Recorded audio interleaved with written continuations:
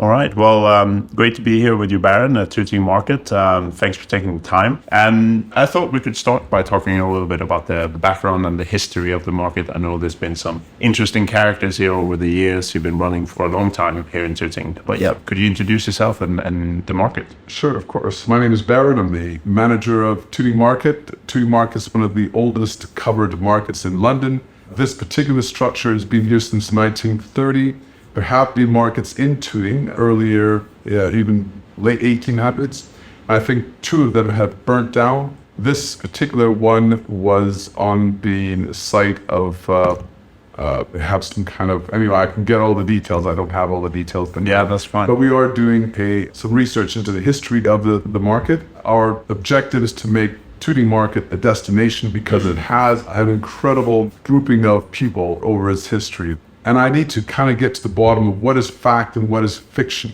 And one of our difficulties is that we can't go back and get a land registry title of the owners going back 100 years or 17 years. It's not straightforward. We were told at one point that there was this incredibly famous artist who was from Trinidad. And she was a famous artist who sold 10 million records, one of the most popular singers. Yeah. And she owned this when she was here in the early or late 30s, 40s. Okay. And when she was done and she left for Australia, she gave it to her, and the equivalent of a butler, but for a woman. And so it's hard to know what is real and what is not. So what we're trying to do is, rather than make up the stories or kind of amplify the story, we want to kind of go down to hard fact and act to find out who is here. Yeah. For an example is we found out that a gentleman by the name Jack Cohen was here, and I think he had a different name at the time for his shops, but he is the founder of Tesco. Wow, yeah. And was one of the shops that was here, and it's very exciting. So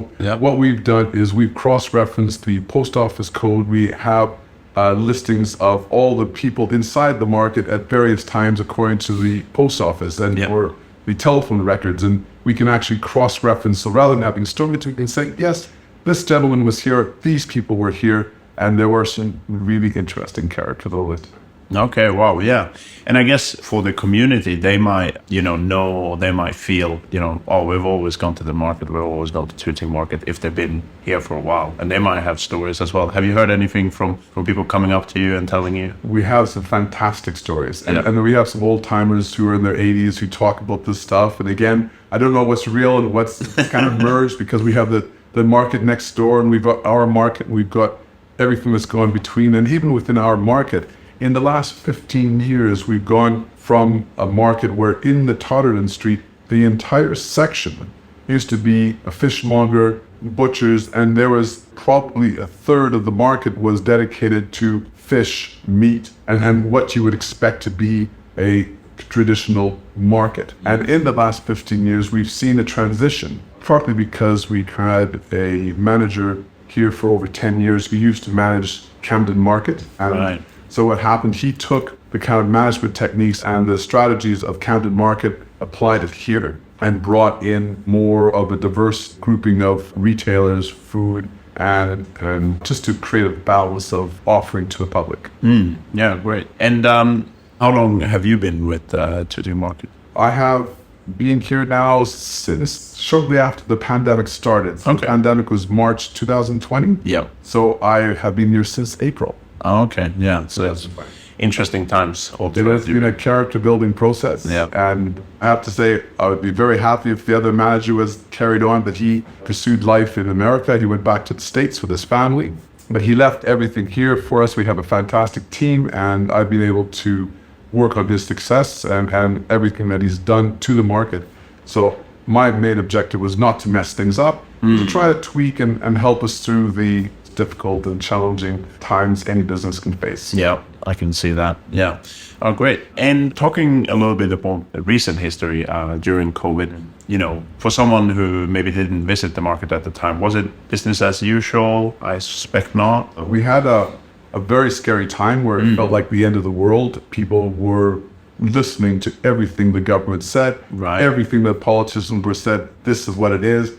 If you don't shut down, you're all going to die. Yeah. And it felt very scary. Right, yeah. We shut the market, and you have to understand, we are open 365 days a year, maybe 364. We only close on Christmas Day. For us to close, unheard of. So we were closed 3 weeks, 6 weeks for the first lockdown. Yeah. And then the government allowed for essential workers and essential businesses to open up.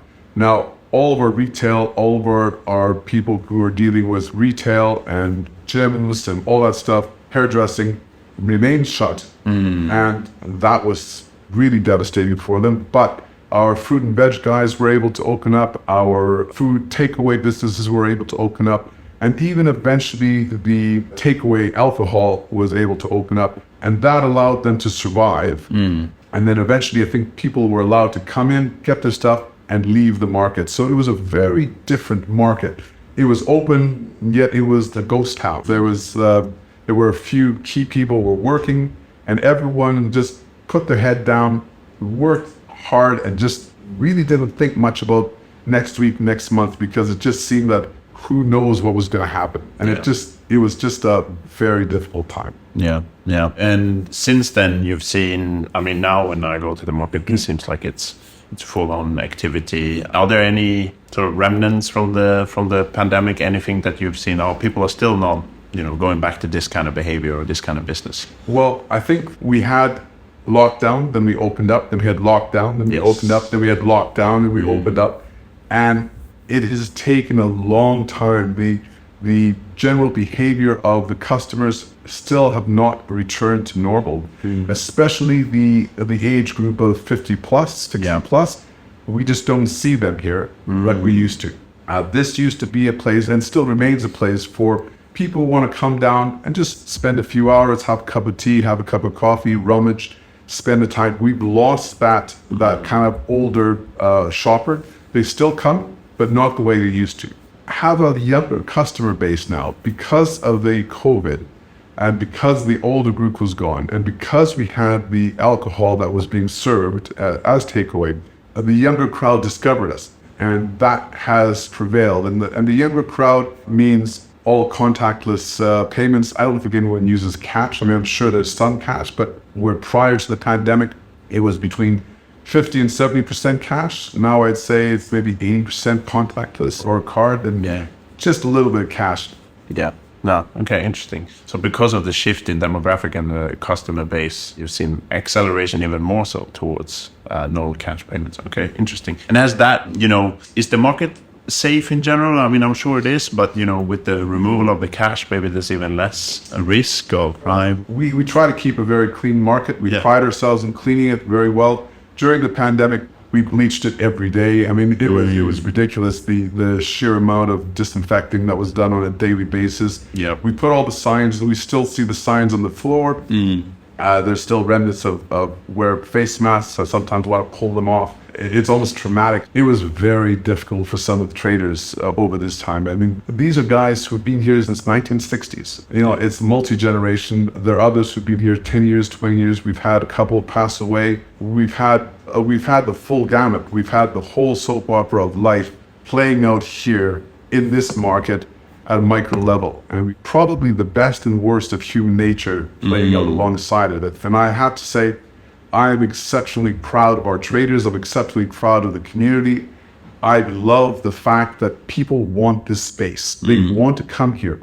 There aren't a lot of community areas in Tooting. That's and right. This place is a community area. So we want this place for people to come. I mean, now we do chess in the evenings on Mondays. We have tapestries. We have children's stuff going on. We try to be that place. Yeah. And COVID was violent to ripping that whole thing apart. Yeah. Because people couldn't come together. Now they're coming together again, and it's really quite exciting. So Great. We spoke a little bit about, a challenge that you're having at the moment with, I guess, somewhat a result of the lockdown and the behavior that started at that time. So I understand you have ongoing dispute with the council, which could threaten the survival of the market, unfortunately. Could you tell us a little bit about that and how you see things? yes, the market has two entrances. We are based as an L, one on the High Street and one on Totterville Street. So it represents a flow through for people to come through. People use this as a shortcut. But more importantly, they are main sources of fire exit and safety and movement of goods in and out of the market. On Totterton Street, there are residential spots right on the edge of it. So even though we've got TK Maxx, we've got bed places, we've got commercial premises next to it, we also have residential. During lockdown, there was a period of time where no pubs, no restaurants, nothing was open. And for some reason, there was this quirk where the government allowed takeaway alcohol by premises who were otherwise restaurants who served alcohol. So people would be able to get a kebab or a shawarma or any food, pizzas, and get a beer. And eventually it would just be more beers and pizzas would be going out. And a lot of places survived. And the word got out that, yes, you can get a beer at Tooting Market. And that, I think what happened is they would congregate out on Totterton Street and we would push them off the forecourt because we had to get them out of the building. We couldn't allow them to be in the building. Where are they going to end up? On the street. On the street, yeah. On the street. Eventually we started shutting the market, shutting this thing. We didn't even serve them after a while. But what happened, it became a place for people to gather. In other places, they would gather on the commons, in the grass, and all the rest of it. And that just became a gathering point. People wanted to gather. Unfortunately, people started gathering on Totterton Street, even though they had nothing to do with the market. They were bringing deck chairs. They were bringing booze from outside. They were bringing music. They were making parties over there. And we got the blame. And so now we had complaints from the council to the council. There are lots of details about it, and I can say a lot of things because I know the granular elements of it. But the bottom line is we let the community down, we let the residents down by not being able to sort that out in a more acceptable fashion. We tried our best. We had security, we had police, we had pretty much everything you could do, but you can't fight it if you've got 300 people sometimes, or 100 people on a show. And so, yes, we have that complaint. The council now wants to shut down the market at 8 o'clock at night. Now, 8 o'clock at night would kill off a lot of the market simply because we have two mainstays of incomes driving this market. We have a day trade and we have an evening economy. Our evening economy goes from, say, 5:30 till about midnight. Sometimes a little later, mostly before then, as we close it up around 10 o'clock. And it has been closed around 10 o'clock for the last 10 years, and people sometimes linger, and we have now, of course, kept them down where they can't linger after 9:30, 10 o'clock. The difficulty is, if traders can't trade at night, they won't be able to subsidize the operations they have during the day, and we will lose those traders. So the fascinating and the exciting and the cool and the magical part that makes up Tooting Market would go away if we lost that section. So we're very concerned. The council is split to a certain extent. It has its planning laws and it has its planning rules which are being enforced, and it has other parts of the council who are very supportive, but they can't be in conflict with each other. Ultimately, I believe that there is a lot of support for the market by the councillors, by the community. I did a door-to-door survey of the residents and found only 2 or 3 that were in favor of the closing, and something like 300 or 400 in favor of it staying open. So the numbers were enormous when you actually go to the people and say, do you want this to stay open? So I'm hoping that the council will listen to the fact that 95, 98% of the people want this open, do not find this to be a problem.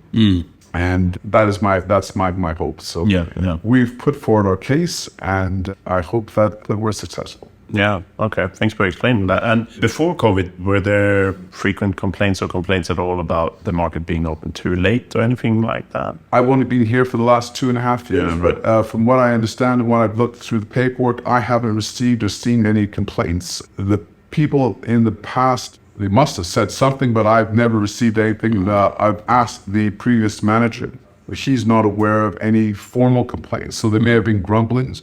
There are a couple of people who complain no matter what. So the council hosted Diwali. The same people that complained about our closure were complaining about Diwali. Some people will just complain. They want to have no sound, no nothing, but they're inside London. I hope that the inspector sees that. So the next stage, I believe, is that there will be an inspection by a third party. Well, yes, it's been appealed to the inspectorate. The inspectorate will come over, and they will come over and do this in the first few weeks in January, and they will then make a decision. Okay, interesting. We'll have to see what happens after that. It is quite frightening, yes. Yes. All right. Well, putting that aside, maybe you talked about Tooting Market becoming more and more of a destination. You said they want it to be a destination. Can you talk a little bit about what's your vision for it? Sure. I mean, ultimately, if we were all the same, all our high streets would be the same. We would have the same fast food places, and fast food places and these chain places have their place in society. They're great, wonderful. What we are an incubator. We are an incubator of small businesses. We are an incubator of dreams where people can come in and not have to have a massive lease. They take their licenses on a week-to-week basis. It works, great, they can stay for 20 years. If it doesn't work, they give us a week's notice and they leave.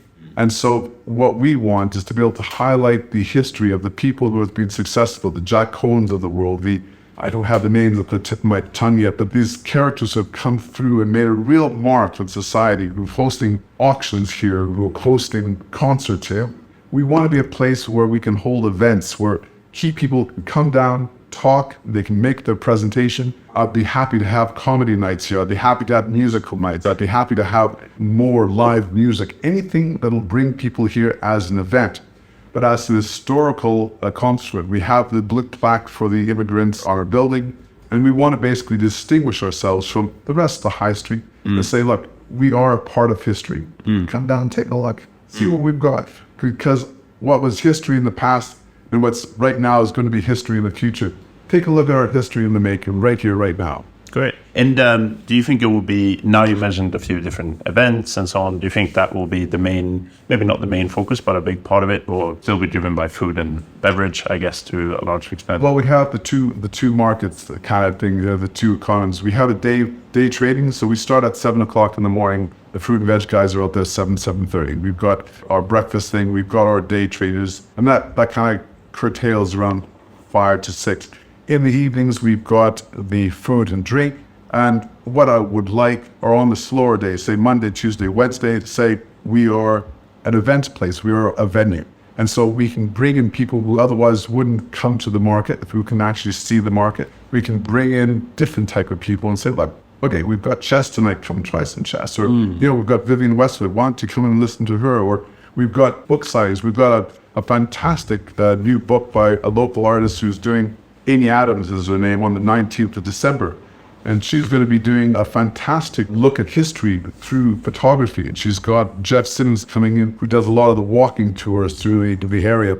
And we're going to bring all these people in on Monday, and we'll have tickets sold. We might have 100, 200 people in the market. And otherwise, it's a book launch. It's fantastic. That's what I'm hoping to do. So we have book launches, we have events, we have dancing. I just want to make this place a fun place, a community place that people can try. Anyone from any part of life can come and say, look, you want to do an event here?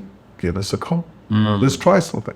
Great. What's the worst that can happen? Yeah. And I guess through that, we can see how the evening economy is really important to the market. Would you say that, if you're not able to have the evening restaurants after 8 p.m., can the day trade survive, or is that sustainable on its own? It would be a very different market. It would be a very different trader who could survive purely on the day. A lot of the traders make most of the money on their Thursday, Friday, Saturday trading. It's like a lot of the retailers make the money at Christmas or during major holidays. So yes, we would still have, and there are always people who are prepared to open up and all the rest of it. But if you want the quality, if you want the diversity, the sheer blood, sweat, and tears that goes into a lot of the shops, you need to let them make the money.